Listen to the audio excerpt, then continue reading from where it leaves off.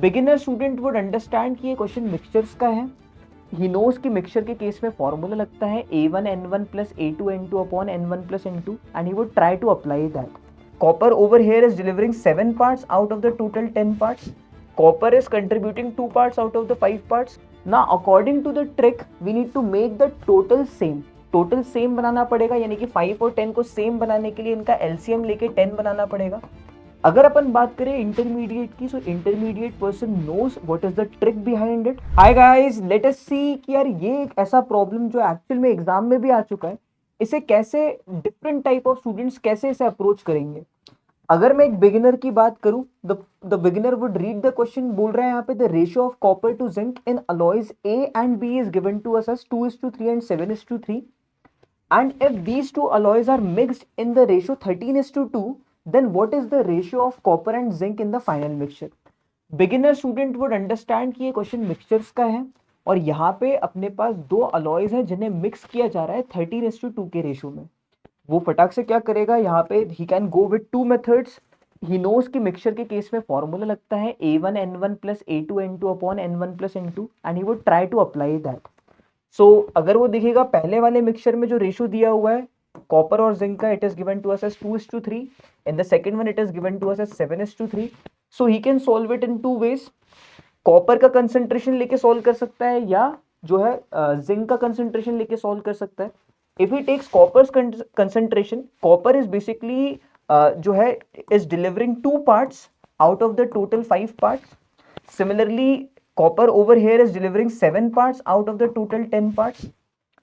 तो ये एवरेज आ चुका है, कंसंट्रेशन आ चुका है, and these two are mixed in the ratio 13:2। तो ये आपका A1 हो चुका है, ये आपका A2 हो गया है। This is your N1, this is your N2, and what you would do is apply this formula A1N1 plus A2N2 upon N1 plus N2 to get the answer.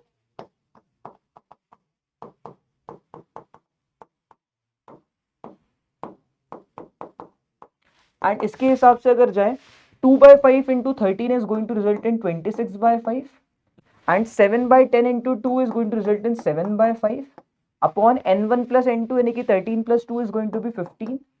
So from here we can see 26 plus 7 is 33 and 5 into 15 is 75. Out of the 75 parts 33 parts is copper. अगर copper 33 parts है, इसका मतलब automatically zinc जो हो जाएगा, copper और zinc का अगर रेशियो निकालना है, कॉपर अगर 33 पार्ट्स है out of the 75, the remaining would be the zinc. 75 minus 33 would result in 42. 42 parts become the zinc, and the final ratio between copper and zinc, they both come in the table of 3, so it is going to become 11:14, and this is how he would answer it. And आप देख सकते हो कि इस question को करने में करीब करीब 1 से 1.5 मिनट तक लग जाएगा उसे सॉल्व करने में। The other way could have been कि वो इसे परसेंटेज में कन्वर्ट करता है and then apply the formula, वहां से भी करीब इतना ही टाइम लगता। अगर अपन बात करें इंटरमीडिएट की, so intermediate person knows what is the trick behind it. वो ट्रिक लगाने की कोशिश करेगा यहाँ पे।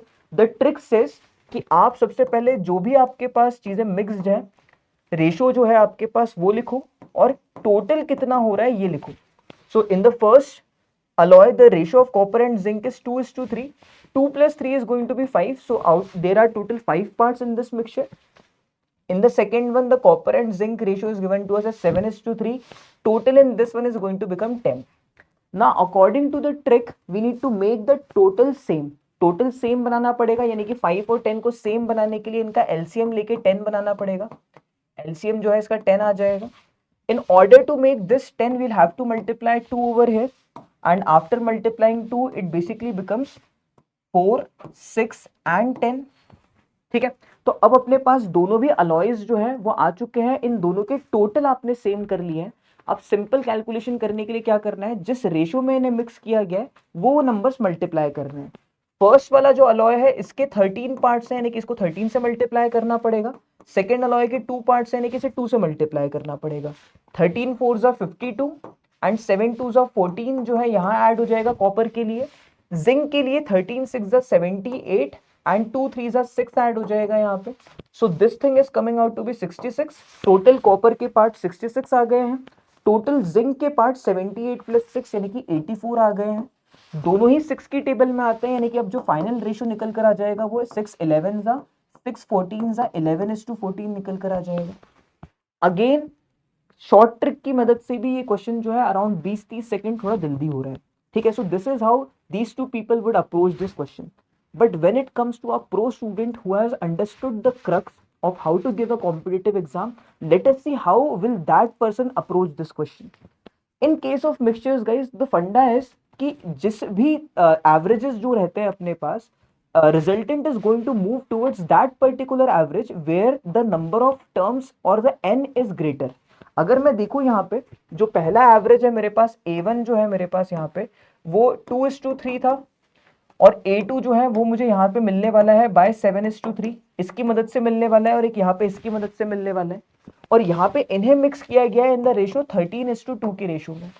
मैं डेफिनेटली देख सकता हूँ कि N1 इज डेफिनेटली ग्रेटर, यानी कि डेफिनेटली जो रिजल्टेंट होगा वो भी A1 के करीब ही लाए करने वाला है। थोड़ा सा सिंप्लीफाई कर लेते हैं जिससे कि पूरी पिक्चर समझ में आ जाए कि क्या हो रही है। ये कॉपर और जिंक का रेशो है, copper is contributing 2 parts out of the 5 parts. If we convert into percentage, 2/5 is nothing but 40%. 7:3 है, यानी कि कॉपर यहाँ पे 7 पार्ट्स कंट्रीब्यूट कर रहा है आउट ऑफ द टोटल 10, यानी कि कॉपर का कंसेंट्रेशन यहाँ 70% है। तो एक तरीके से 40% वाला कॉपर और 70% वाला कॉपर मिक्स किया जा रहा है, और रिजल्टेंट आपको पता लगाना है जब इन्हें मिक्स किया जाता है in the ratio 13:2। Now I can see कि यार अगर 40% वाला मिक्सचर ज्यादा क्वांटिटी में है, डेफिनेटली एवरेज भी जो है वो 40% के करीब ही आएगा। इनफैक्ट मुझे ये पता है कि 40 और 70 के बीच एग्जैक्टली इनके एकदम सेंटर में अगर मैं देखूं तो 55 आता। मुझे ये पक्का पता है कि 55 से छोटा ही होगा इनका रिजल्टेंट, बिकॉज 40% वाला जो है अपने पास सैंपल है अलॉय जो है वो ज्यादा मात्रा में यूज किया गया है। So now what that person would do is he is going to analyse the options. जो इन दोनों ने भी नहीं किया वो ये प्रो स्टूडेंट करेगा, वो देखेगा कि क्वेश्चन में हो क्या क्या रहा है। अगर अपन ऑप्शंस की तरफ जाए तो ऑप्शंस में ये कॉपर एंड जिंक का रेशियो है, this is the ratio of copper and zinc. Copper अगर 2 पार्ट्स है और जिंक 1 पार्ट है, यानी कि कॉपर का कंसेंट्रेशन 2/3 हो जाएगा। 2/3 का मतलब होता है कि this is going to be equal to 66.66%। Similarly copper and zinc का रेशियो अगर 1:3 है, यानी कि कॉपर जो है 1 पार्ट कंट्रीब्यूट कर रहा है out of the total 4 parts, यानी कि कॉपर का कंसंट्रेशन यहाँ पे 25% हो जाएगा। सीधी सी बात है यार, मुझे पता है कि अगर 40% वाला 70% के साथ मिक्स करूंगा तो आंसर तो 40 से 70 के बीच में आएगा और 55 से छोटा आने वाला है। तो ये दोनों भी ऑप्शंस जो है बिल्कुल ही गलत जो है प्रूव हो रहे हैं यहाँ पे। Late us see the third option over here. 11:14 का अगर रेशियो, तो यानी कि कॉपर 11 पार्ट्स कंट्रीब्यूट कर रहा है out of the total 25 parts, यानी कि कॉपर का कंसेंट्रेशन 11/25 हो जाएगा। 11/25 को अगर आप परसेंटेज में कन्वर्ट करोगे तो ये बेसिकली ऊपर नीचे 4 मल्टीप्लाई करने से 44% आ रहा है, which is very much closer to 40%, and it is actually in the range where it is actually desired। 40 से 55 के बीच में चाहते थे अपन और वो आ भी रहा है यहाँ पे, यानी कि ये आंसर अपना हो सकता है। So he is now analyzing the options and according to him option C should be the right answer। अब बस क्या करना पड़ेगा, ऑप्शन डी को भी एनालाइज करना पड़ेगा। ऑप्शन डी में कॉपर और जिंक का रेशियो 3:2 है, यानी कि कॉपर 3 पार्ट्स कंट्रीब्यूट कर रहा है out of the total 5 parts, यानी कि इसका कंसेंट्रेशन 60% हो जाएगा, यानी कि it is going to be greater than 55%, which actually is a contradiction with our observation, and that is why option D is also going to be not true. तो इसका सही आंसर ऑप्शन सी हो जाएगा। और ये सारी जो चीजें मैंने आपको करके बताई है ये दिमाग में ही करी जा सकती हैं, and I basically told you every of this approaches because समझ में आ जाता है कि अपन को अभी क्या क्या इंप्रूव करने की जरूरत है। The most important thing that you need to capture from here is analysing options. ठीक है, तो that's it. Take a very good care of yourself and keep practising guys. Bye bye.